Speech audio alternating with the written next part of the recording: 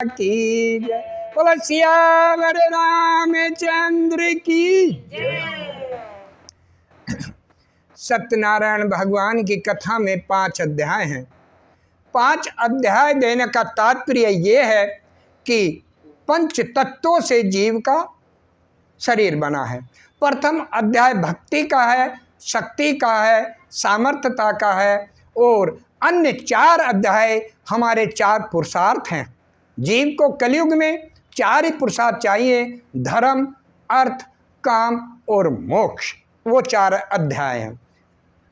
वो 4 अध्याय हमारे 4 युग भी हैं। ऐसे कह सकते हैं सतयुग, द्वापर, त्रेता और कलयुग। ये 4 आने वाले अध्याय हमारे 4 वेद हो सकते हैं, ऋग्वेद, यजुर्वेद, सामवेद, अथर्ववेद। सत्यनारायण भगवान की कथा जिस तरह से प्रभु प्रकट होते हैं उसी प्रकार से सत्यनारायण भगवान की कथा प्रकट हुई है। एक बार नैमिषारण्य तीर्थ में 88,000 ऋषिगण आए। उन्होंने वहां जप किया, तप किया, आराधना करने के उपरांत सोचने लगे आगे कलयुग आ रहा है और कलयुग में प्राय जीव दुखी रहेंगे, निर्धन रहेंगे, विभिन्न प्रकार के रोग होंगे। यह अज्ञानता के कारण होगा। तब शौनक ऋषि जी सोचने लगे कि इन कलयुग के जीवों के लिए कोई छोटा उपाय अगर मिले तो इनका कल्याण हो। उसी समय वेदम व्यास जी के शिष्य सूत जी भ्रमण करते हुए नैमिषारण्य तीर्थ में आए। सूत जी को देख करके शौनक ऋषि जी ने दंडवत प्रणाम किया। सूत जी ने पूछा, हे ऋषिराज, आप चिंतित हैं, आपकी चिंता का कारण क्या है? चेहरे बता देते हैं, शोक का चेहरा है, दुख का चेहरा है, सुख का चेहरा है। यहाँ चिंता थी शौनक आदि ऋषियों को किसकी? जीवों के कल्याण की। तो सूत जी ने यही पूछा, आप चिंतित हैं? शौनक ऋषि जी हाथ जोड़ करके कहने लगे, हे प्रभु, मेरी चिंता का एकमात्र कारण है आगे कलयुग आ रहा है और कलयुग में प्राय जीव दुखी रहेंगे। विभिन्न प्रकार के क्लेश, विभिन्न प्रकार के दुख अज्ञानता के कारण होगा। प्रभु कोई छोटा उपाय हो तो बताइए, क्योंकि कलयुग के जीव के पास आयु की भी कमी है और उसके पास समय भी नहीं है। समय भी नहीं है, कलयुग के जीव के पास समय नहीं है। वो 1 घंटा 15 मिनट भगवान के शरण में नहीं बैठ सकता और सांसारिक क्रियाओं में हम वार्तालाप घंटों तक कर सकते हैं, परंतु प्रभु की चर्चा हम नहीं कर सकते। कलयुग में यही दोष है, यही दुख का कारण है। सूत जी कहने लगे, हे शौनक ऋषि जी, आपने जीव के कल्याण के लिए बहुत सुंदर प्रश्न किया है। यही प्रश्न कभी अनादि काल में मैंने नारद जी से किया था। नारद जी ने क्या उत्तर दिया ये मैं आपको बता रहा हूं। शौनक ऋषि जी व्यासपीठ पर बैठ गए। सूत जी व्यासपीठ पर बैठ गए। शौनक ऋषि जी को बता रहे हैं कि हे शौनक ऋषि जी, एक बार समस्त लोकों का भ्रमण करते हुए नारद जी मृत्यु लोक में आए। ये मृत्यु लोक है। यहाँ जीव अच्छे कर्म करेगा, बुरे कर्म करेगा, दोनों कर्मों के फल जीव को प्राप्त होंगे। अच्छे करेंगे तो अच्छा फल मिलेगा और बुरा करेंगे तो बुरा। इसके लिए भगवान ने ना राजा देखा, ना अमीर देखा, ना निर्धन देखा, ना जाति देखी, ना पंथ देखा, सबके लिए बराबर समान है। चाहे दानव हो, चाहे दैत्य हो और चाहे मानव हो, जो कर्म करेगा जीव को वो भुगतना पड़ेगा। नारद जी सभी घरों में गए।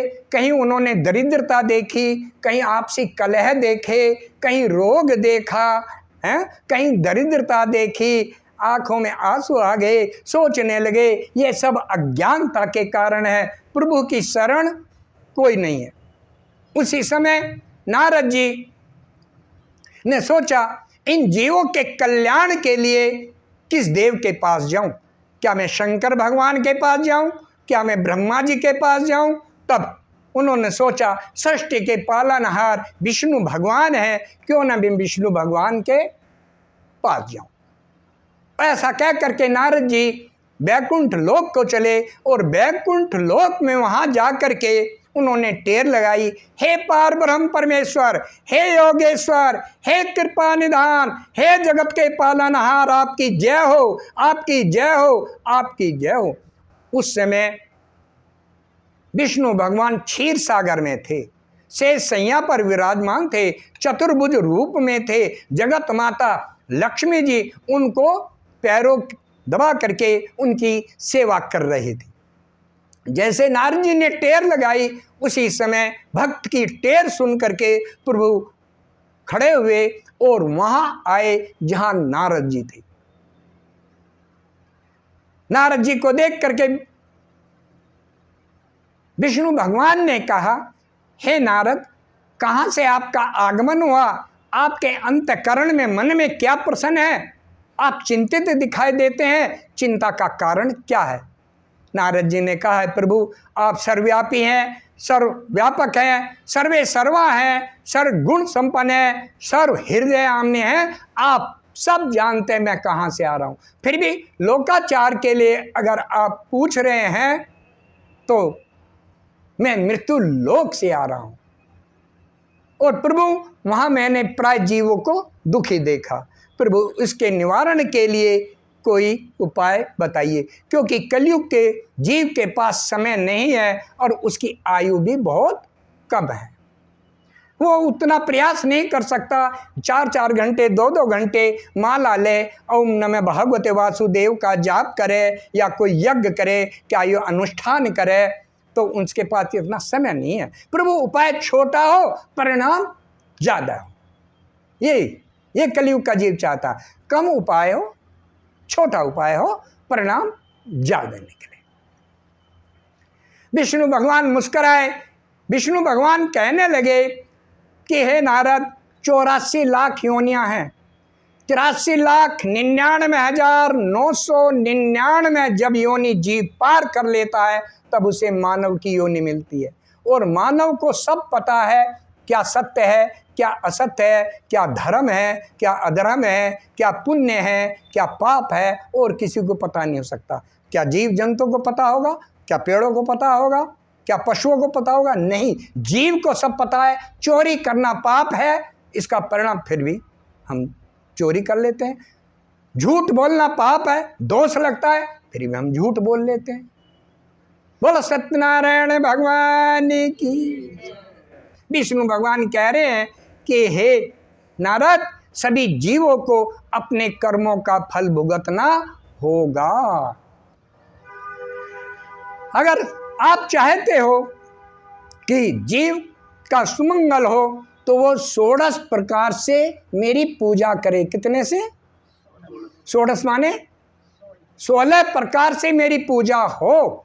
16 प्रकार से पूजा होने में जब भगवान का आह्वान हुआ तो यहाँ चरण धुलाए गए, आचमन किया गया और फिर अर्घ दिया गया, 7 नदियों के जल से प्रभु को स्नान करा गया, फिर दूध से, दही से, घी से, शहद से और इक्षुसार यानी कि गन्ने के रस से बने हुए पदार्थ चीनी से स्नान कर, फिर आसन दिया गया, वहाँ वस्त्र चढ़ाए गए और इसके बाद पुष्प यानी कि सुरभि माला पहनाई गई और इसके बाद फलों का भोग, निवेद्य का भोग और 15 पूजा जब आपने करी, जब कपूर से आरती करी, 16 पूजा जब करी, जब आपने भगवान को भेंट दी, दक्षिणा दी, तब जाकर के 16 प्रकार की पूजा मानेंगे। भगवान कह रहे हैं मेरी 16 प्रकार से जीव मेरी पूजा करे और इस पूजा से मैं अति प्रसन्न हो जाता हूं। और जब मैं प्रसन्न होता हूं तो जीव के